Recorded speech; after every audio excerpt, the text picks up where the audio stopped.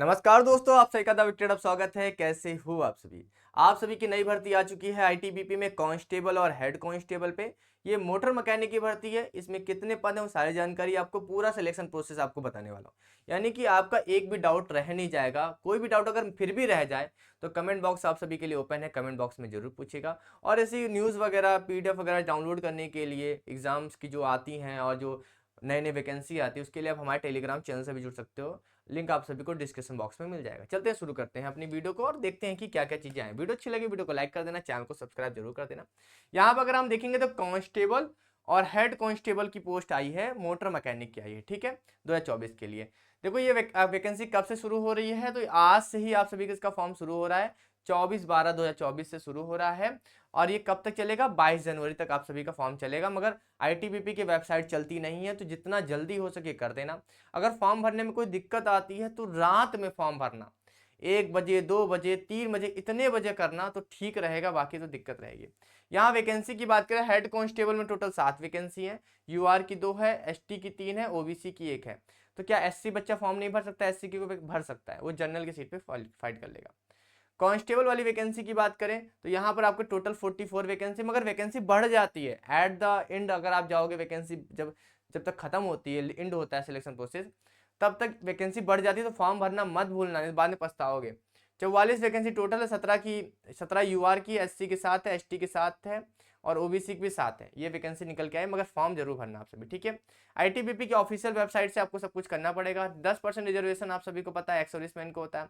बाकी आपका OBC NCL होना चाहिए अगर आपको रिजर्वेशन चाहिए, और पूरा ही डॉक्यूमेंट आपका सेंट्रल का होना चाहिए। ओबीसी आपका सेंट्रल का होना चाहिए।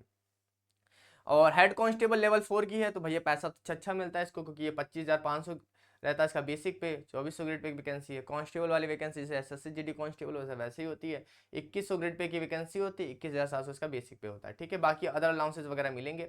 अगर एज वगैरह की बात करें तो हेड कांस्टेबल में 18 से 25 साल है, जहाँ पर आपको 10 पास होना चाहिए और उसके साथ आपके पास मोटर मैकेनिक्स का सर्टिफिकेट होना चाहिए, आईटीआई होना चाहिए, और 3 साल का आपके पास प्रैक्टिकल एक्सपीरियंस होना चाहिए, या फिर आपके पास डिप्लोमा होना चाहिए ऑटोमोबाइल इंजीनियरिंग में, ठीक है।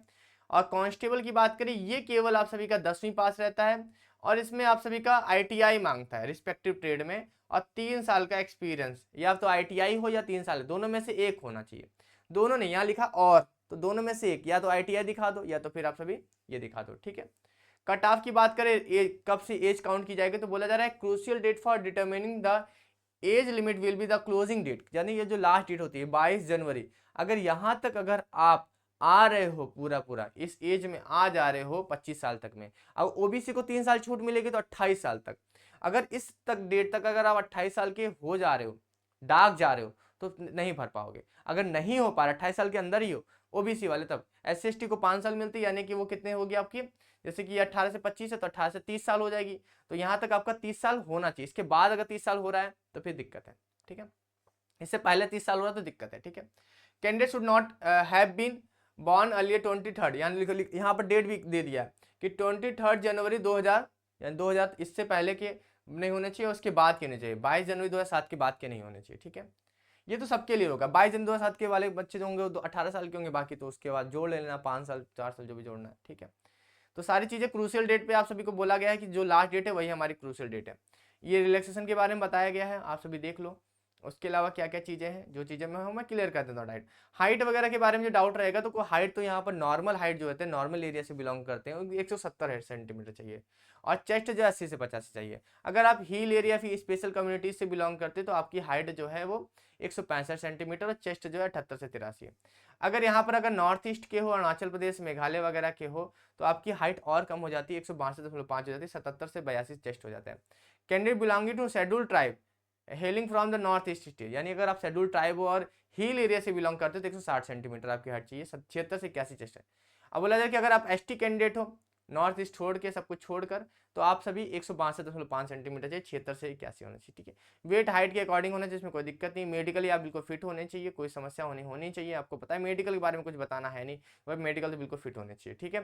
सारी चीज़ें, अप्लीकेशन फीस वगैरह के बारे में आपको पता है कि 100 रुपये फीस लगती है, बाकी आपको ऑनलाइन भरना है। सिलेक्शन प्रोसेस की बात कर लो, सबसे पहले यहाँ पर आपको पता है कि आईटीबीपी में पहले आपका फिजिकल टेस्ट वगैरह होता है, पीएसटी पीटी होता ही है, ठीक है। तो ये सारी चीज़ें लेना। और और उसके बाद यहाँ पर मैं बता देता हूँ सारी चीज़ें। तो फर्स्ट फेज में आप सभी का क्या होता है, पहले फिजिकल वगैरह होता है, 1600 मीटर रनिंग होती है, 7.5 मिनट का टाइम मिलता है। लॉन्ग जंप 11 फीट की होती है, 3 चांस मिलता है। और हाई जंप आपकी 3.5 फीट की होती है, 3 चांस मिलता है। ये आपको करना है। फीमेल की वैकेंसी है नहीं तो फीमेल अप्लाई कर नहीं सकती है। उसके बाद आपके हाइट वेट मेजरमेंट हो जाएगा, जो आपको हाइट वगैरह बता दी है मैंने, वो हाइट वगैरह वेट वगैरह हो जाएगा। और उसके साथ यहाँ पर अगर आप देखोगे तो उसके बाद आपका क्या होगा, डॉक्यूमेंट वेरिफिकेशन। सेकंड फेज आप सभी का क्या, डॉक्यूमेंट वेरिफिकेशन। तो क्योंकि यहाँ पर बहुत फर्जी डॉक्यूमेंट होते हैं, मोटर मैकेनिक में बहुत सारे फर्जी डॉक्यूमेंट पिछली बार पकड़ाए गए थे, तो इसलिए आप यहाँ पर डॉक्यूमेंट के लिए पूरा डॉक्यूमेंट चेक किया जाएगा, सब कुछ चेक किया जाएगा, आपका पूरा सर्टिफिकेट वगैरह चेक किया जाएगा। तो डॉक्यूमेंट वेरिफिकेशन। फिर उसके बाद रिटर्न एग्जामिनेशन होगा। रिटर्न एग्जामिनेशन का पेपर हमारे पास है, पुराना पेपर मैं आपको प्रोवाइड कर दूंगा, टेलीग्राम से जुड़ जाओ, ठीक है। इसके बाद आपका रिटर्न एग्जामिनेशन होगा, 100 नंबर का पेपर होता है, कोई निगेटिव मार्किंग नहीं होती है।